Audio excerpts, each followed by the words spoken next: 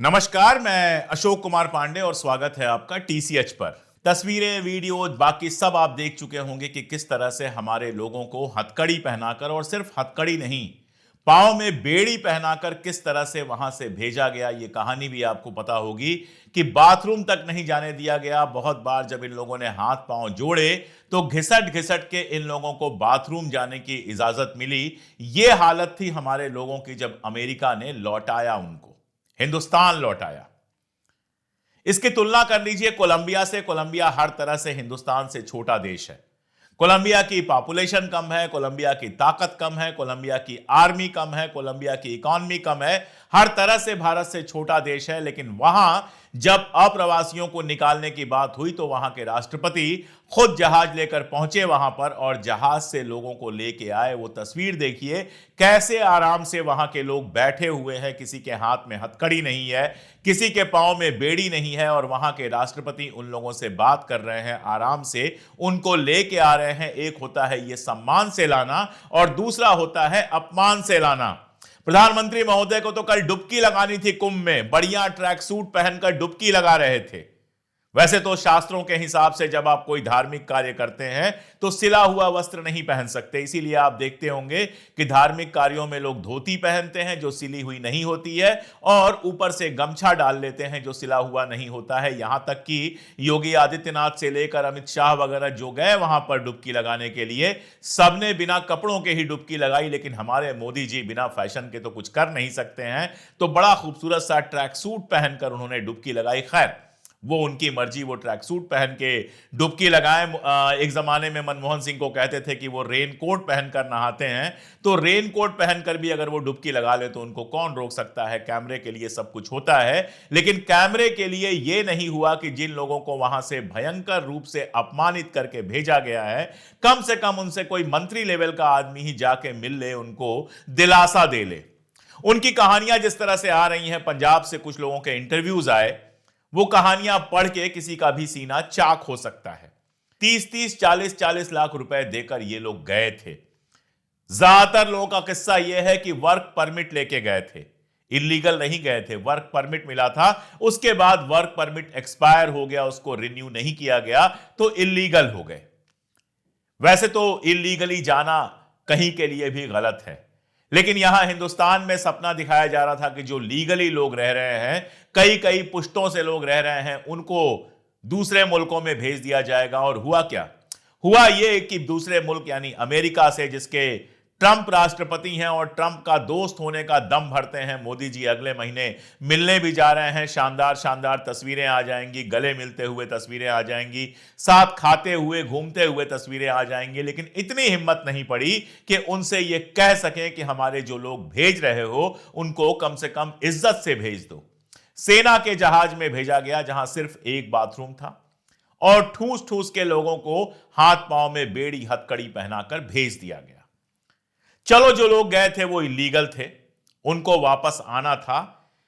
लेकिन सवाल यहां पर दूसरा है, आखिर जाना क्यों पड़ा लोगों को?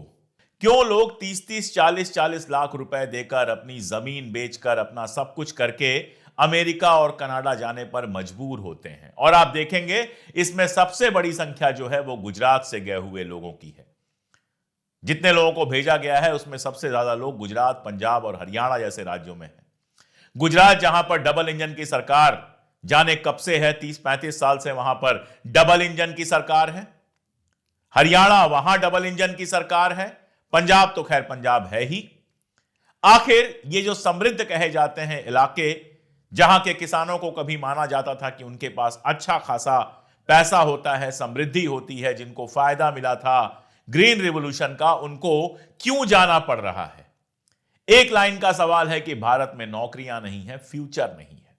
मोदी जी हजार बातें करते हैं लेकिन रोजगार की बात कभी गलती से भी नहीं करते हैं। राहुल गांधी ने भी अपने भाषण में यही मुद्दा उठाया था कि रोजगार का सवाल ना हमारी सरकार हल कर सकी, ना ये सरकार हल करने की कोई कोशिश कर रही है। वादे हो जाते हैं 5 करोड़ रोजगार और 2 करोड़ रोजगार, और उसके बाद कहा जाता है कि पकौड़ियां तलना ही रोजगार था। पकौड़ियां हिंदुस्तान में तलने की जगह इन लोगों को लगा होगा कि चलो विदेश में जाएंगे, डॉलर में कमाएंगे तो घर में समृद्धि आ जाएगी। मिला क्या? मिला अपमान, मिली निराशा और मिली गरीबी। खेत बिक गया, 30 लाख 40 लाख रुपए मिले, लेके चले गए अमेरिका। अभी वहां ठीक से कमा भी नहीं पाए थे कि उठा के भेज दिया गया हिंदुस्तान। अब वो क्या करेंगे ये देखना होगा। बहुत सारे लोग कह रहे हैं कि इसमें सरकार क्या कर सकती थी। मैंने आपको बताया कि कोलंबिया की सरकार ने क्या किया था। मैं आपको एक और किस्सा सुनाता हूं। किस्सा है देवयानी खोबरागड़े का। देवयानी खोबरागड़े 99 बैच की आईएफएस अधिकारी, इंडियन फॉरेन सर्विसेज की अधिकारी थी और 12 दिसंबर 2013 को उनको अमेरिका में गिरफ्तार किया गया और कहा गया कि उन्होंने वीजा धोखाधड़ी कराई है। नौकरानी के वीजा को लेकर वीजा धोखाधड़ी की बात थी और उनको गिरफ्तार कर लिया गया। उस समय वो न्यूयॉर्क में डिप्टी काउंसिल जनरल थी, सरकार थी कांग्रेस की। उनकी गिरफ्तारी के बाद कांग्रेस के जो प्रधानमंत्री मनमोहन सिंह थे, जिनको ये लोग कमजोर प्रधानमंत्री कहते हैं, जिनके बारे में मौन मोहन सिंह कहा जाता था कि वो बोलते ही नहीं हैं, उन कमजोर मनमोहन सिंह जी ने अमेरिकी जो दूतावास यहां पर है उसकी हालत खराब कर दी। दिल्ली पुलिस वहां से हटा दी ताकि सुरक्षा कोई ना मिले। कस दिया पूरी तरह से सारे लोगों को, सबका वीजा चेक कराया गया और हालत यह हुई कि फाइनली अमेरिका ने इज्जत से देवयानी खोबरागड़े को हिंदुस्तान भेज दिया। यानी एक कमजोर प्रधानमंत्री ने अमेरिका को झुका दिया था। लेकिन यहां एक मजबूत प्रधानमंत्री हमारा ऐसा है जिसके राज में 80 साल में पहली बार ऐसा हुआ है कि हमारे लोगों को इस तरह से अपमानित करके हाथ में हथकड़ी और पांव में बेड़ी पहनाकर भेजा गया है। मैं तो पूरे दावे के साथ कह रहा हूं कि 80 सालों के इतिहास में इतना कमजोर प्रधानमंत्री कभी नहीं हुआ है। इतनी कमजोर सरकार हमारी कभी नहीं रही है कि अमेरिका के सामने इस तरह से घुटने टेक दे। बांग्लादेश वार का टाइम था, निक्सन जो थे वो दबाव बनाने की कोशिश कर रहे थे इंदिरा गांधी पे, संदेश भिजवाया कि 7वां बेड़ा हम भेज देंगे। इंदिरा गांधी ने कहा कि 8वां और 9वां भी भेज दो, हमें कोई फर्क नहीं पड़ता है, हमें जो करना होगा वो करेंगे। धमकी दी कि हिंदुस्तान को जो मदद मिलती है वो बंद हो जाएगी। एक अमेरिकन ऑफिस था जहां से मदद वगैरह मिला करती थी, जहां से पैसे वगैरह मिला करते थे, मैं यह किस्सा पहले भी बता चुका हूं। उसको बंद करवा दिया इंदिरा गांधी ने, तुड़वा दिया और उसकी जगह पर दूसरी बिल्डिंग बनवा दी। ये होते हैं ताकतवर प्रधानमंत्री। कमजोर प्रधानमंत्री वो होता है जो बातें तो बहुत करता है, चुनाव के दिन जाकर कुंभ में डुबकी लगा आता है, कभी केरला के मंदिर में बैठ जाता है, कभी महाराष्ट्र के मंदिर में बैठ जाता है, कभी विवेकानंद रॉक पे जाकर बैठ जाता है, लेकिन अमेरिका के सामने या दुनिया के किसी मुल्क के सामने हमेशा उसका सर झुका रहता है, भले एक्टिंग कुछ भी करे। जिसके राज में रशिया बड़े आराम से वीडियो जारी कर देता है जिसमें हमारा एनएसए, नेशनल सिक्योरिटी एडवाइजर, कुर्सी के कोने पे बैठा हुआ रिपोर्टिंग कर रहा है और उसके बाद ये विदेश नीति समझाते हैं। ये ज्ञान देते हैं कि नेहरू के बारे में फलाना ने लिखा है। अरे फलाना सीआईए से जुड़ा हुआ था और क्या लिखेगा, आपके बारे में लोग क्या लिख रहे हैं विदेशों में, जरा उसको पढ़िए, फिर आपको पता चलेगा कि कैसे और क्या क्या लिखा जाता है। ट्रंप आया, यहां भक्त लोग जो थे वो पूजा पाठ कर रहे थे, ट्रंप के लिए हवन कर रहे थे, जैसे ट्रंप के आते ही हिंदुस्तान में हिंदू राष्ट्र एस्टेब्लिश हो जाएगा। इन सब का ट्रंप से चाहे नेतन्याहू से प्रेम बस इतना ही है कि ये लोग मुसलमानों से नफरत करते हैं, सिर्फ इतना सा प्रेम है इनका। और वही ट्रंप जब से आया हुआ है तब से जीना हराम किया हुआ है। कभी कहता है टैरिफ लगा देंगे, कभी आपके लोगों को इस तरह से हथकड़ी बेड़ी में बांध कर वापस कर देता है। कहा जा रहा है कि 7.25 के आसपास, 7,25,000 के आसपास ऐसे हिंदुस्तानी हैं जो अमेरिका में अवैध हैं, लीगल नहीं हैं। तो ये पहली कड़ी थी, ये पहली किस्त भेजी है, अपने दोस्त को पहला गिफ्ट भेजा है ट्रंप ने। अभी ऐसे कितने गिफ्ट आने हैं और किस किस हाल में आने हैं ये देखना होगा। कौन जाने कल पानी की जहाज में तड़पते हुए लोग आए, जैसे अंडमान निकोबार से अंग्रेजों के जमाने में तड़पते हुए हमारे कैदी आया करते थे। विदेश मंत्रालय जिसको इस पर बोलना चाहिए था वो खामोश बैठा हुआ है, वो कुछ नहीं बोल रहा। कहां से बोलेगा जब प्रधानमंत्री की हिम्मत नहीं है बोलने की, जब प्रधानमंत्री की हिम्मत नहीं है ट्रंप से सवाल पूछने की, तो विदेश मंत्रालय कहां से बोलेगा। जयशंकर जी ने कहा और बिल्कुल सही कहा कि भारत इलीगल इमिग्रेशन का समर्थन नहीं करता। दुनिया का कोई भी देश इलीगल इमिग्रेशन का समर्थन नहीं करता है। लेकिन आपको एक किस्सा याद दिला दूं, जब ईरान इराक वार हो रहा था, या फिर उसके बाद जब इराक के ऊपर अमेरिका ने आक्रमण किया और इराक में हालात बेहद खराब हुए, तो उस जमाने के लोगों को याद होगा कि उस समय की सरकार कितने आराम से इराक से और उसके बाद सीरिया से अपने नागरिकों को इज्जत के साथ बिठाकर ले आई थी। यह नहीं पूछा था कौन अवैध है और कौन वैध है, क्योंकि वो हिंदुस्तानी थे, उनका पासपोर्ट हिंदुस्तानी था, वो हिंदुस्तान के लोग थे और हिंदुस्तान के लोग दुनिया में कहीं रहें, हिंदुस्तानी सरकार की जिम्मेदारी होती है। इसीलिए जब वहां जंग चल रही थी, जब वहां खून बह रहा था, जब वहां जान का खतरा था, तो हिंदुस्तान की उस समय की सरकार अपनी जहाज भेजकर उनको बड़ी इज्जत के साथ हिंदुस्तान वापस लेकर आ रही थी। लेकिन आज ये लोग इनके लिए पूरी तरह से पराये हो गए। गुजराती बोलेंगे, गुजरात की बात करेंगे, लेकिन कभी यह सवाल नहीं पूछेंगे कि आखिर क्या ऐसा है कि गुजरात में लोग लाखों रुपए खर्च करके अमेरिका जाने के लिए परेशान रहते हैं। एक तो अमीरी का नशा है, लगता है कि अमेरिका जाएंगे तो लाखों करोड़ों कमा लेंगे, और वो वहां जाकर इलीगल कार्रवाइयां भी करते हैं। इसी बार जिनेक साहब को भेजा गया है वो तस्करी के आरोप में गिरफ्तार थे।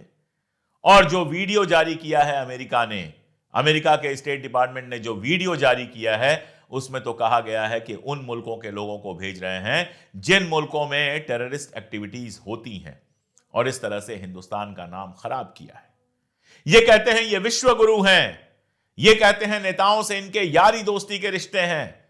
इनके लोग दावा करते हैं यूक्रेन और अमेरिका के बीच में वार रुकवा दी। हालत यह है कि जब आज बातचीत चल रही है अमेरिका और रशिया में, कि अमेरिका और रशिया में बातचीत होगी ताकि रशिया और यूक्रेन का वार रोका जा सके, तो उस बातचीत के पूरे प्रोसेस में हिंदुस्तान कहीं नहीं है। ट्रंप के भाषणों में हिंदुस्तान का कहीं कोई जिक्र नहीं आता। जिक्र आया तो ब्रिक्स का आया, जिसका हिंदुस्तान इंपॉर्टेंट मेंबर है, कि ब्रिक्स के ऊपर 100% टैरिफ लगा देंगे, इतना टैरिफ लगा देंगे। और उसके बाद तुरंत मोदी जी डर गए और बयान आया कि अब कॉमन करेंसी की हम बात नहीं कर रहे हैं, हम तो डॉलर में ही व्यापार करेंगे। रशिया के ऊपर बैन लगाया, सैंक्शन लगाया। पिछली बार नहीं माना था हिंदुस्तान, पिछली बार हम उससे सस्ता तेल मंगा रहे थे, लेकिन ऐसा लगता है कि ट्रंप से कुछ ज्यादा ही डर है। इस बार जब सैंक्शन लगाया तो हिंदुस्तान ने चुपचाप मान लिया। तुरंत हार्ले डेविडसन पर जो और इस तरह की चीजों पर जो ड्यूटी लगती थी वो कम कर दी। दोस्त कोई बचा नहीं है आपका। सारी जगहों पर जाने और फोटो खिंचाने से इंटरनेशनल पॉलिटिक्स नहीं होती, इंटरनेशनल कूटनीति नहीं होती। हाथ हिलाने से और हाउडी मोदी करने से कोई इंटरनेशनल कूटनीति नहीं होती। सारी विदेश नीति का उपयोग सिर्फ और सिर्फ चुनाव के लिए किया जा रहा है। ये लोग वापस लौट के आए हैं। अगर चुनाव होता इस समय, हालांकि कल दिल्ली में चुनाव था, जब ये लौट के आ रहे थे दिल्ली में चुनाव चल रहा था, लेकिन दिल्ली के लोग नहीं थे उसमें, दूसरी जगहों के लोग थे। अगर गुजरात में चुनाव होता तो शायद मोदी जी को चिंता होती कि यार ट्रंप से कहें कुछ दिन रुक जाओ, गुजरात के चुनाव में नुकसान हो जाएगा। चुनावी नुकसान और फायदे के अलावा न धर्म का कोई मामला है, न किसी और चीज का कोई मामला है। कुंभ में कितने भी लोग मर जाएं कोई फर्क नहीं पड़ता है। 5 तारीख को दिल्ली में चुनाव होता है और मोदी जी जाकर कुंभ में डुबकी लगाने लगते हैं।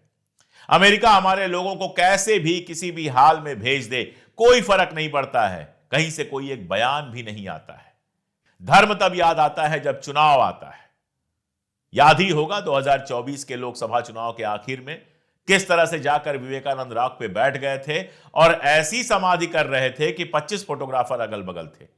समाधि के बारे में कहा जाता है, ध्यान लगाने के बारे में कहा जाता है कि वो एकांत में किया जाता है। मुझे जब योग करना होता है या ध्यान लगाना होता है तो उस कमरे में कोई और नहीं होना चाहिए। कमरा पूरी तरह से बंद हो जाता है और एकदम शांति से ध्यान लगाया जाता है।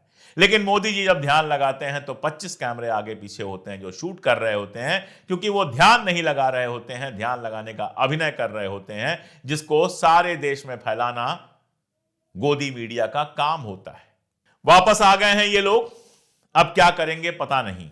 रोजगार है नहीं, खेती बाड़ी बेच कर गए थे, अब लौटे हैं तो कुछ भी पास में नहीं है। और सरकार से यह उम्मीद करना कि इनकी किसी भी तरह की मदद करेगी, इनको रोजगार दिलाएगी, यह तो बिल्कुल असंभव है। आपको याद होगा हरियाणा का चुनाव, राहुल गांधी गए थे ऐसे लोगों के बीच में जिनके बच्चे बरसों से अमेरिका और कनाडा में हैं। ज्यादातर लोग डंकी मार के गए थे, कैसे कैसे वहां पहुंचे थे। शाहरुख खान ने फिल्म बनाई थी डंकी पर, कितने लोग उन रास्तों में मर जाते हैं, कितने लोग परेशान होते हैं। खैर, कुछ तो मजबूरियां रही होंगी, कोई यूं ही बेवफा नहीं होता। कोई तो वजह रही होगी कि अपना हंसता खेलता घर छोड़कर ये लोग गए, और सबसे बड़ी वजह थी कि हिंदुस्तान में उम्मीद खत्म की जा रही है, रोजगार की उम्मीद खत्म की जा रही है। लोग मान के बैठ गए हैं कि अब रोजगार नहीं मिलेगा। बात की जाती थी कि प्राइवेट सेक्टर में रोजगार मिलेगा। प्राइवेट सेक्टर से आंकड़ा आता है कि उसका प्रॉफिट बढ़ जाता है 22-25%, लेकिन रोजगार बढ़ता है सिर्फ 1.5%। सरकारी रोजगार की तो बात ही छोड़ दीजिए, रोजगार देने की जगह रोजगार खत्म करने का खेल चल रहा है। बस एक चीज है जिस पर सारा जोर है कि अब्दुल की चूड़ी टाइट रहे। सीएए एनआरसी लाया गया और भक्तों को लगा कि बस अब सारे मुसलमानों को डिपोर्ट कर दिया जाएगा, किसी को पाकिस्तान, किसी को बांग्लादेश और किसी को शायद उत्तरी ध्रुव पर भेज दिया जाएगा। आज जब अपने लोग वापस लौटकर आ रहे हैं इस तरह से, तो शायद उनको यह दर्द महसूस हो कि इस तरह की नीतियों का क्या असर होता है। अमेरिका से पहले भी इल्लीगल लोग वापस भेजे जाते रहे हैं। दुनिया भर से इल्लीगल लोग उनके देशों में वापस भेजे जाते हैं जब पकड़े जाते हैं। लेकिन मेरा सवाल यह है कि ये इल्लीगल क्यों है? अगर अफ्रीका और मिडिल ईस्ट के लोग जा जाकर यूरोप और अमेरिका में बसते हैं तो क्यों बसते हैं? क्योंकि उनकी जिंदगी इतनी तबाह कर दी गई है, उनके मुल्कों को इतना तबाह कर दिया गया है कि वहां कोई फ्यूचर नहीं है। अमेरिका पहले अपनी आर्मी भेजता है, तबाह करता है, और फिर जब वहां के लोग उस तबाही से बचने के लिए अमेरिका में जाते हैं तो उनको इल्लीगल कहता है। हिंदुस्तान में अगर रोजगार मिल रहा हो कायदे से, अगर लोगों को आगे बढ़ने की उम्मीद हो, तो क्यों कोई डंकी मार के इतनी परेशानियां झेल के जाएगा? एक हिस्सा जरूर ऐसा है जो सिर्फ अपने पागलपन में जाता है, जिसके पास यहां भी अच्छी खासी जिंदगी होती है, लेकिन अमेरिका का एक नशा है कि अमेरिका कनाडा पहुंच जाएंगे तो बहुत पैसे कमा लेंगे। जाते हैं, उनसे मैं कहूंगा कि प्लीज अब ऐसी हरकतें बंद कीजिए। यह आपके लिए, आपके बच्चों के लिए, आपके फ्यूचर के लिए बहुत खतरनाक है। लेकिन दूसरा बड़ा हिस्सा ऐसा है जो रोजगार के लिए विदेशों में भागता है। आप दुबई चले जाइए, दुबई की उन बस्तियों में चले जाइए जहां पर गरीब लोग रहते हैं, आपको हिंदुस्तानी भरे हुए मिलेंगे, दुकानों में मजदूरी करते हुए मिलेंगे। आप लंदन चले जाइए, और मैं लंदन गया था, जहां पर रुका था उसके कॉर्नर पे बहुत सारे बाइक वाले खड़े रहते थे। मैंने अपनी बेटी से पूछा कि यहां तो बाइक कोई चलाता नहीं है, ये इंडियंस बाइक लेकर क्यों खड़े हैं? तो उसने कहा कि लोगों के घरों में सामान पहुंचाने का जो काम होता है, गिग वर्किंग का जो काम होता है, वो पूरा का पूरा हिंदुस्तानी और पाकिस्तानी लोग करते हैं। आप सोच के देखिए क्या इज्जत होती है वहां पर। लेकिन लोग जाते हैं ताकि दाल रोटी कमा सकें, ताकि अपने परिवार का फ्यूचर बेहतर कर सकें। अगर अब्दुल की चूड़ी टाइट करने की चिंता छोड़कर हिंदुस्तान को सच में डेवलप करने की कोशिश की जाती, हिंदुस्तान के नौजवानों को रोजगार देने की कोशिश की जाती, सारा पैसा अडानी अंबानी के पेट में भरने की जगह नौजवानों के पेट में रोटी भरने के लिए कोई कोशिश की जाती, तो आज दुनिया के सामने हमें इस तरह का अपमान नहीं देखना पड़ता। हमारा युवा बाकायदा वीजा लेके जाता, यूरोप अमेरिका घूमता, 2-4-10 दिन 15 दिन रहता, और उसके बाद वापस लौट आता। ऐसे डंकी मारकर जाता नहीं और हथकड़ियों और बेड़ियों में लौटता नहीं। ये जो शर्मनाक तस्वीर है, ये तस्वीर हमारे सरकार के कमजोर और नाकाम होने की सबसे बड़ी निशानी है, और इसीलिए गोदी मीडिया 1-2 बात करके इसको पचा जाएगा। आज के लिए इतना ही, बहुत शुक्रिया।